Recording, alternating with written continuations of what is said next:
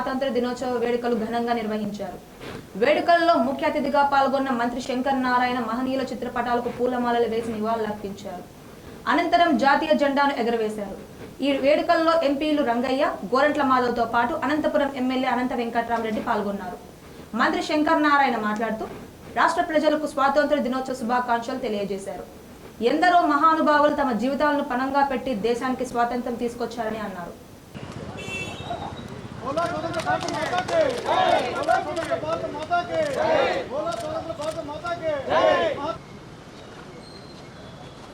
ఈరోజు భారతదేశ 74వ స్వాతంత్ర దినోత్సవం సందర్భంగా అందరికీ స్వాతంత్ర దినోత్సవ శుభాకాంక్షలు తెలియజేసుకుంటూ మరి ఎందరో మహానుభావులు వారందరూ కూడా తమ జీవితాలను పణంగా పెట్టి అహింసా మార్గంలో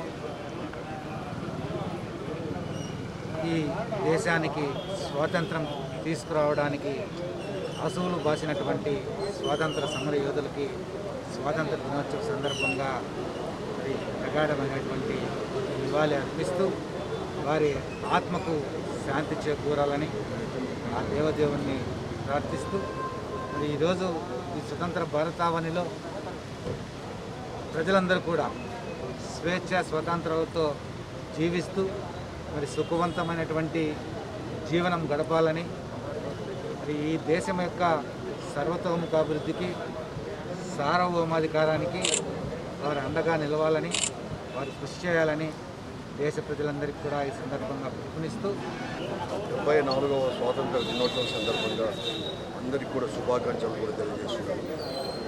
ఈ స్వాతంత్ర పోరాటం మహాత్మా గాంధీ గారి యొక్క నాయకత్వంలో బ్రిటిష్ సామ్రాజ్యం నుంచి ఈ భారతదేశ ప్రజలను కూడా విముక్తి చేసుకోవడానికి ఒక క్రమశిక్షణతో అహింసా పద్ధతితో స్వాతంత్రం కూడా సంపాదించుకున్నారు. అంతేకాదు ఆ రోజు కూడా దగ్గర ఎంతోమంది కూడా త్యాగదనులు వాళ్ళ ప్రాణాలని ఆస్తులను కూడా పెట్టి కూడా పణంగా పెట్టి ఈ స్వాతంత్రానికి తీసుకొచ్చారు. స్వాతంత్రం అంటే మన పరిపాలన మనమే భారతీయులమే చేసుకునేదే కాకుండా ఈ సంపద అంతా కూడా ప్రతి ఒక్కరికి కూడా చెందాలని చెప్పే ఒక సదుద్దేశంతో కూడా ఈ గొప్ప పోరాటం కూడా చేసుకొచ్చాం.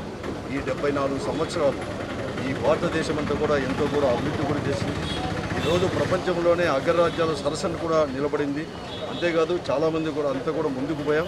ఇంకా కూడా ఈ ఫలాలను అందించేదాన్ని ఈ భారతదేశంలో కులరహిత మతరహిత కూడా స్వాతంత్రం తీసుకొని రావాలని చెప్పేసి ఈరోజు ప్రభుత్వాలన్నీ కూడా కృషి చేస్తున్నాయి.